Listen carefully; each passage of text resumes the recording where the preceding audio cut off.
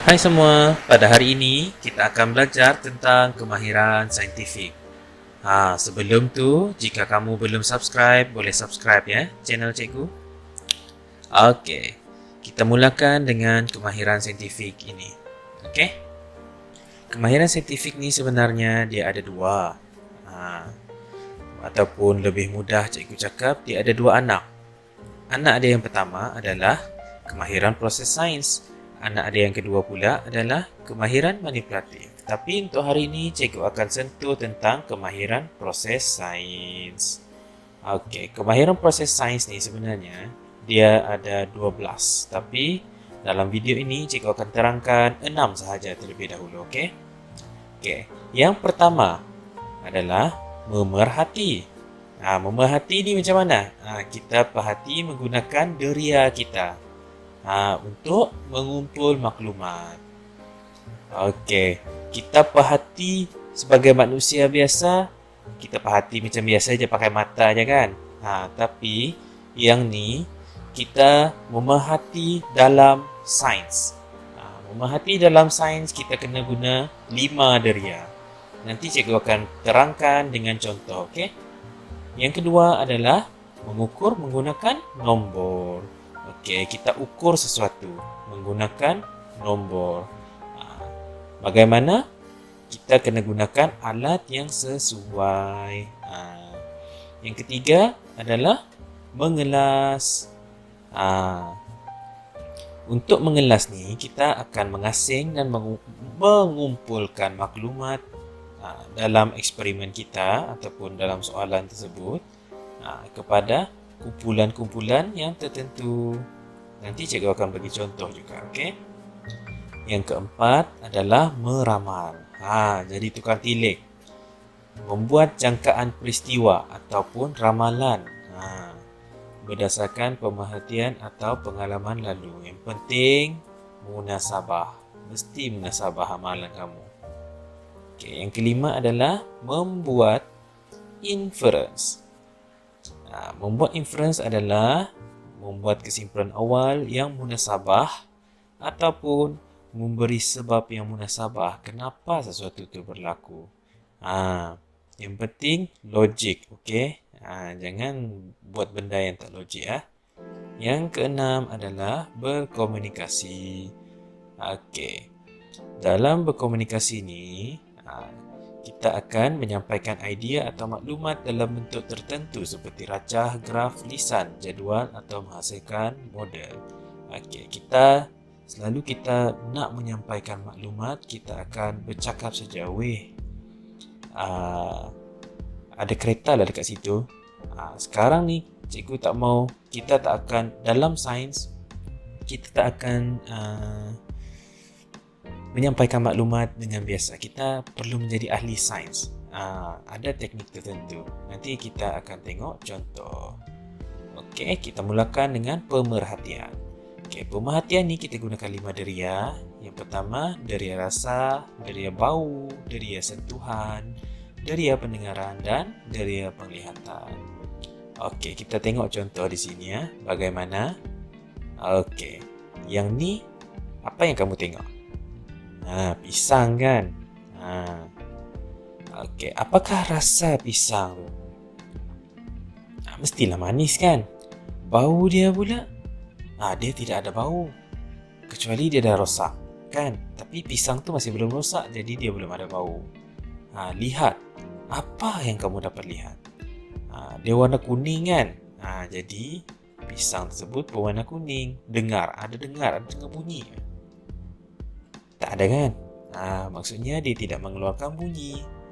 Sentuhan pula. Pergi sentuh pisang tu. Jangan sentuh betul-betul. Sentuhan. Kamu pernah pegang pisang kan? Kulit pisang tu macam mana? Dia licin kan? Kalau kita terpijak pun kita boleh jatuh kan? Jadi kalau untuk deria sentuhan, dia adalah licin. Itu saja.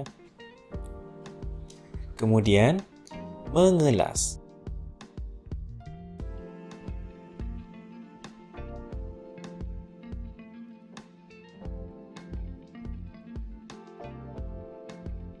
Okey, untuk mengelas kita akan menghimpunkan mereka ni ataupun agihkan mereka dalam kumpulan-kumpulan mereka. Jadi, kamu perlu mengenal pasti ciri-ciri umum bagi barang-barang ataupun objek yang diberi. Di sini ada 4 haiwan kamu diberi. Jadi, kamu perlu kenal pasti apa perbezaan dan persamaan mereka. Bertelur dan tidak bertelur. Jadi kamu perlu buat jadual. Haiwan bertelur, haiwan beranak, dan kelaskan. Kamu tengok ayam tu bertelur kan? Penguin pun bertelur. Jadi masukkan ke dalam bawah haiwan bertelur. Dan haiwan beranak pula, macam ni. Okey, seterusnya adalah membuat inference. Okey, untuk membuat inference pula, inference adalah kesimpulan awal atau sebab berdasarkan pemerhatian yang dibuat. Okey, kamu perlu buat pemerhatian dulu. Ni. Lembu ni, sebelah ni. Apa yang kamu perhatikan? Gemuk kan? Kenapa? Bagi sebab kenapa? Mungkin sebab dia kuat makan, ataupun sebab tuan dia baik sangat. Sebab itulah dia boleh gemuk. Okey. Yang penting adalah logik. Kalau kamu bagi tahu dia gemuk sebab dia malas exercise, adakah lembu exercise? Jogging? Ada? Tak ada kan? Jadi, pastikan sebab ataupun kesimpulan awal kamu adalah logik. Lembu ni dia tahu makan, tidur, beranak. Itu je kan? Dia mana reti, mana pandai mau berjogging, pergi gym, main badminton. Tak pandai. Dia hanya tahu tu je. Jadi, pastikan jawapan kamu adalah logik. Seterusnya adalah mengukur menggunakan nombor. Yang ni kita perlu ukur menggunakan sesuatu alat yang sesuai. Contohnya, kita nak ukur masa. Nak ukur masa menggunakan jam. Nak ukur panjang pula menggunakan pembaris. Tapi kalau dikatakan kamu disuruh untuk mengukur padang, nak pakai pembaris ke? Gunakan alatan yang lebih sesuai. Kita ada pita pengukur yang lebih panjang.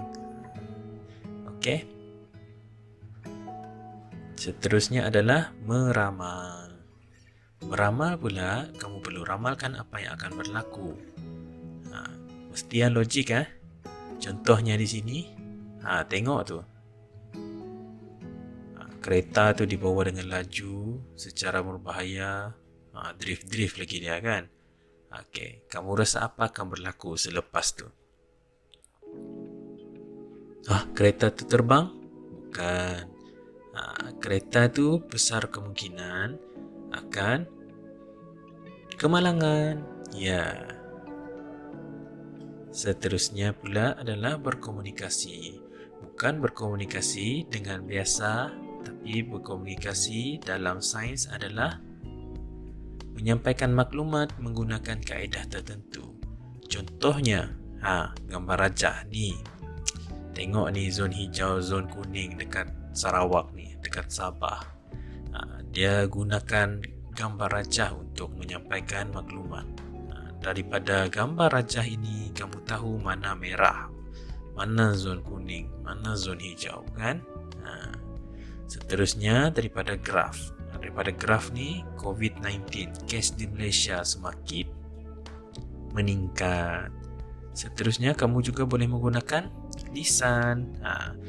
Mesti kamu tengok petang-petang DG Hisham, Datuk Dr. DG Hisham kita menyampaikan maklumat tentang perkembangan COVID-19 di Malaysia. Okey. Seterusnya, kamu perlu siapkan lembaran kerja yang cikgu beri. Ini lembaran kerja yang cikgu beri. Okey, kamu perlu tuliskan apa yang kamu faham tentang kemahiran saintifik berikut. Okey, ada 6 ruang di situ. Kamu tulis sahaja apa yang kamu faham berdasarkan video ini. Kamu sudah tonton video dan cikgu sudah terangkan serba sedikit, bukan? Jadi kamu tulis saja. Cikgu mahu kamu sampaikan apa yang kamu faham berdasarkan video yang cikgu sampaikan ini. Okey? Cikgu rasa itu sahaja. Sekian, terima kasih. Stay at home, okey?